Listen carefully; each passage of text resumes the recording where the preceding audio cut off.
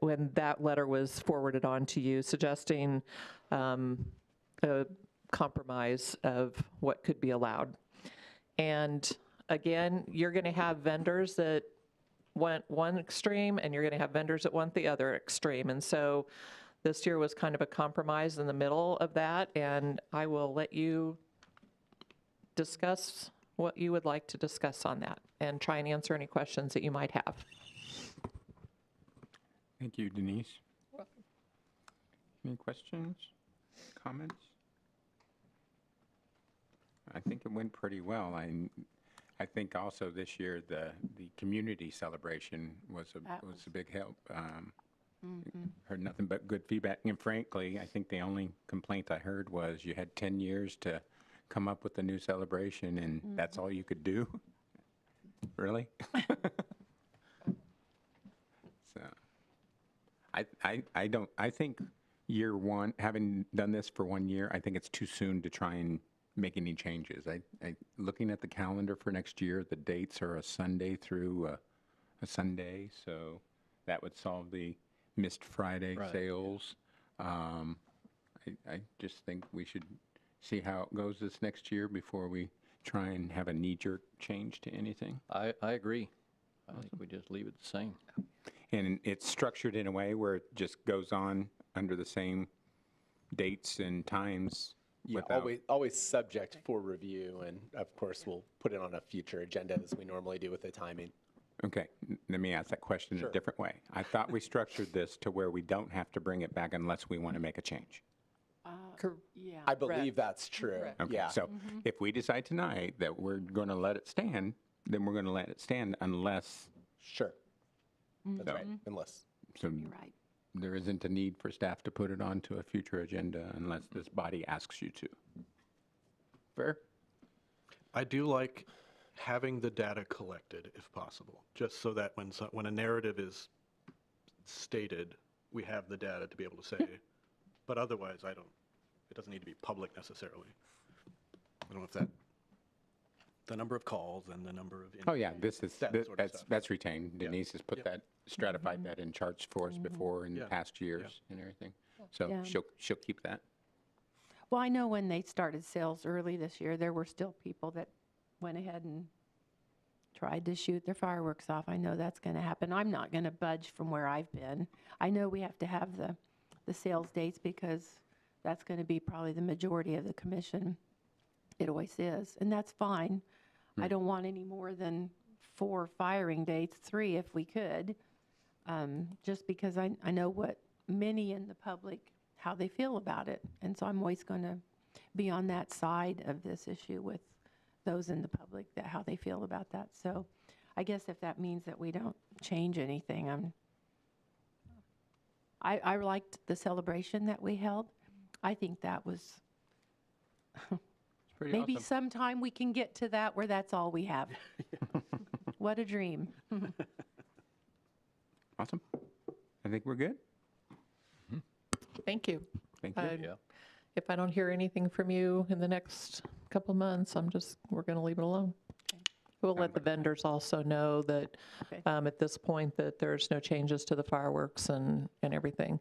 And of course, they had extra comments on there that, each of them had their own comments to make. Right. And I can share those comments with you, but I won't tell you who said what. Okay, cool. Yeah. Thank you. Thank you. Next item this evening is the 2027 budget. Daniela, you going to lead us through this? I'm actually going to defer to our Assistant City Manager, Rebecca Likiardopoulos, to present pretty much the summation of our past 3 work sessions. 4. 4. Was it 4? Yes. Oh, wow. Yeah, 4. So we've had a lot of fun, and you guys have done a lot of heavy lifting in going through this. So tonight, it does seem to be a little bit of a quick presentation. I'm going to do a little bit of history for you all. If you remember correctly, we have to utilize the revenue neutral rate, which is a tax rate in mills that would generate the same property tax revenue in dollars that were levied in the previous year. In June, we were notified by the county clerk that our revenue neutral rate would be 69.408 mills. Our current levy is 72.353. That is a difference of 2.945 mils, or that $555,599 in valuation increase. At your July 14th meeting, the commission approved notice of intent to exceed the R&R, the revenue neutral rate, and inform the county clerk. At your fourth budget workshop, just last Thursday, you decided to reduce the mill levy rate from 72.353 to 70.942. The difference from the revenue neutral rate would be utilized to fund the airport, bond and interest special liability funds. The library board had already notified the city that they'd be keeping their mill levy flat and assuming the increase in valuation. So then, prior to adopting the final budget, Kansas law states that a taxing district must hold a public hearing at the meeting of the governing body to present an annual budget, answer questions, and address concerns voiced by the taxpayers related to the proposed budget. So the second public hearing has to be held after that revenue neutral rate hearing. And the state has developed a form for advising the public on both hearings at the same time, and that must be published in the city's newspaper at least 10 days in advance of the hearings. So we have for you that the revenue neutral rate hearing is scheduled for your next regularly scheduled city commission meeting, August 25th at 7 p.m. in the city chambers, and recommending that the annual budget hearing would follow. Your total not to exceed budget for 2027 is $66,849,706, and that is a very, very small snippet of the state budget form, which is in your packet, which separates those mill levy rates to the funds we have just discussed. So then the recommendation for tonight would be to approve the publication of notice of hearing for the budget hearing to not to exceed that $66.8 million and hold the hearing here on August 25th. Did you take a breath? I don't think so. That was one sentence, sir. That was one sentence. Didn't see. At your 25th meeting, when we do see that, your packet will include your full draft budget book and the supplementals that you've seen. This is just to get it in the paper so that you can hold both of those public hearings at the same time, as has been your custom. Great. I move that we approve. I second. We have a motion and a second. Any further discussion? Hearing none, all those in favor say aye. Aye. Any opposed? Same sign. Motion carries. This will be published on Saturday in the paper so that we meet the 10 days. Thank you. Very good. All righty. Next item is Citizens Forum and Maggie Snow.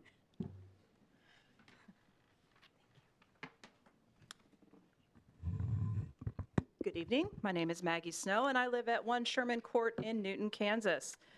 I came and spoke with the commission on July 28th about the city's implementation of the Flock automated license plate readers and my concerns around transparency, governance, auditing, and public oversight. Since then, I have received additional responses to my Kansas Open Records Act request and reviewed the city's purchasing policy in detail. Some questions have been answered. Others have become more significant. The city told me that the purchasing policy governs this purchase. After reviewing it, I found several requirements that I have not seen documented as complete. First, Section 2.02, Section B2, requires contracts extending beyond the current budget year to be approved by the city manager after a review and approval by the finance director and the city attorney. It also requires language stating that future year commitments are subject to appropriation. The Flock agreement runs for 36 months and automatically renews. I have received the contract signed by the police chief and the vendor, but have not received documents documenting city manager approval, city attorney approval, or the complete finance director approval process. I have also not seen the required future appropriation language despite the PO indicating the contract has an annual recurrence after the first year.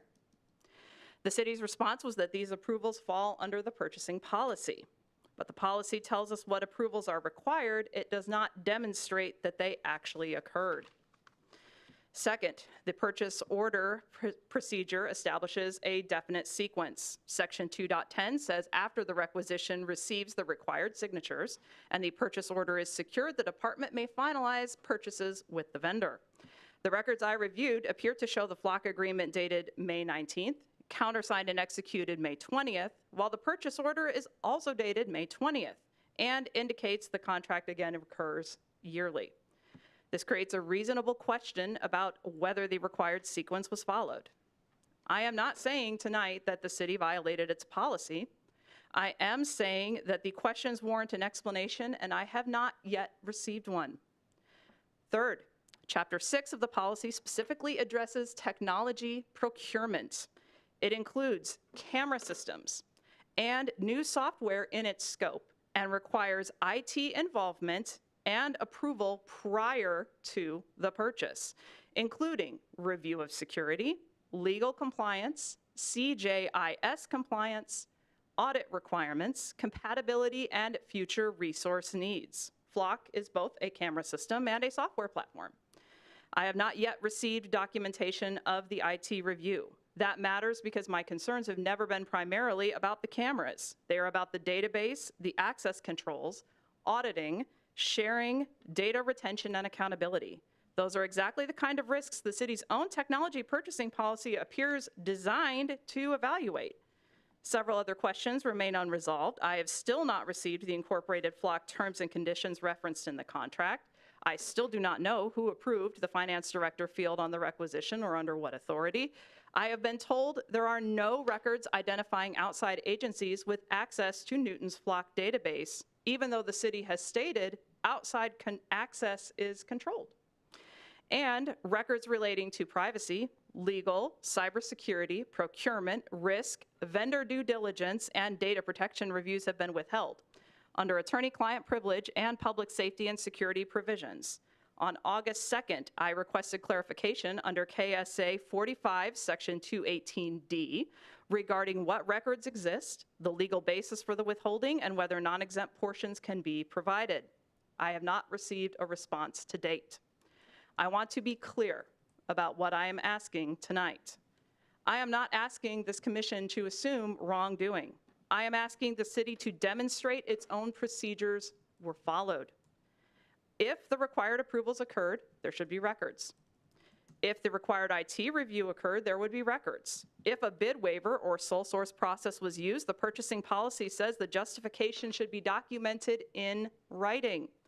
I am asking this commission to place the Flock implementation on a future agenda for full public review of the procurement process, the required reviews, technology review, audit procedures, data sharing, and commission oversight. During this meeting, we saw an example of oversight in action for the RMR Wetlands MOU. This is definitely a worthy cause, but it appears to have received more transparency and oversight than the Flock camera implementation. I want to close on trust. Trust is no longer automatic simply because someone holds an office or title. Good people still need good systems. Policies, audits, and documentation and oversight are not signs of distrust. They are how government demonstrates that trust is deserved. Elected oversight is not interference, and asking whether required approvals occurred is not second-guessing law enforcement. These are the most basic responsibilities of public governance. Public trust is no longer something that one can simply expect. It must be earned through transparency, documented controls, meaningful oversight, and accountability. Thank you. Ready. Go around the horn. Sir? No, sir. Rebecca? Just wanted to thank you all for all your hard work on the budget and getting it over the finish line. Looking forward to next meeting. Thank you. No, sir. Ed? Couple of updates on some projects. The signal at Broadway and Main, we have ordered the pole. We're looking at 22 weeks for building it. It's due to the age of the pole and the system, and it's not something they just keep on the shelf. So the pole and the mast arm, we're looking at about 22 weeks to have that delivered, and then I'm estimating 2 to 3 weeks for installation. I wanted to give you an update on the slurry seal process. We have about 4 weeks left in this season for slurry seal. We're done with all the areas around the schools, so they shouldn't impact any of the school traffic that's getting ready to start up here, I think, tomorrow. Also wanted to talk about the concrete replacement and new placement in front of Slate Creek on East First. That's all been completed, and First Street's open back up again. Lastly, I wanted to talk about the event that we had yesterday. We had an 8-inch water main break under the railroad tracks on Main Street. It turned out being a longitudinal crack. We had to replace about 5 foot of pipe. The street division has been in and they've backfilled the excavation. The BNSF has reset all the tracks because the water, the leak pushed up the tracks, it heaved the tracks. They had to go in, pull all those out, and then reset them. And then tomorrow, BNSF will be putting back asphalt for the approach to the track. So as long as everything goes well, we should be back open tomorrow afternoon. Awesome. Just rough costs of what we kind of spent on that project was about $10,000. 4,000 of it was in man hours and equipment. We had about $3,000 in materials and supplies, concrete, the fittings to make the pipe put back together, and then we had about $3,000 in water loss. We lost about 500,000 gallons of water. That's just a little bit. I've got a question on that. The loss, is that something that we would file against our own self-insurance? Is it not over a threshold that we would bother? So from what I understand, because we do have higher thresholds, this would be something that we just manage in-house. Yeah, if we're looking at 50 plus, maybe Right. even towards 100, we would take a bigger look at it. And then partner risk, do we have any risk with BNSF blaming us for their repair costs? No. We're at their mercy because we're under their tracks, but we work really good together. It's Right. not, I mean, we pay every year because we have water and sewer lines under various locations of tracks. So it's just part of doing business. Okay. I just wanted to ask and get an answer on those, so thank you. I want to go to the back row. Gentlemen, and Ed, you guys all have crews that are out in the weather. Is everybody doing okay? Okay. Yes. Yeah. All right. Very good. Thank you. Danielle? Denise? Sir? Kathy? I just say thank you to all of you. Appreciate the work that you do. And thank you for all the work in the budget. You did all that work and helped us to understand what direction we wanted to go by what and you answered questions and you brought information for us. So thank you very much. We appreciate it. Awesome. Thank you, everybody. We are adjourned.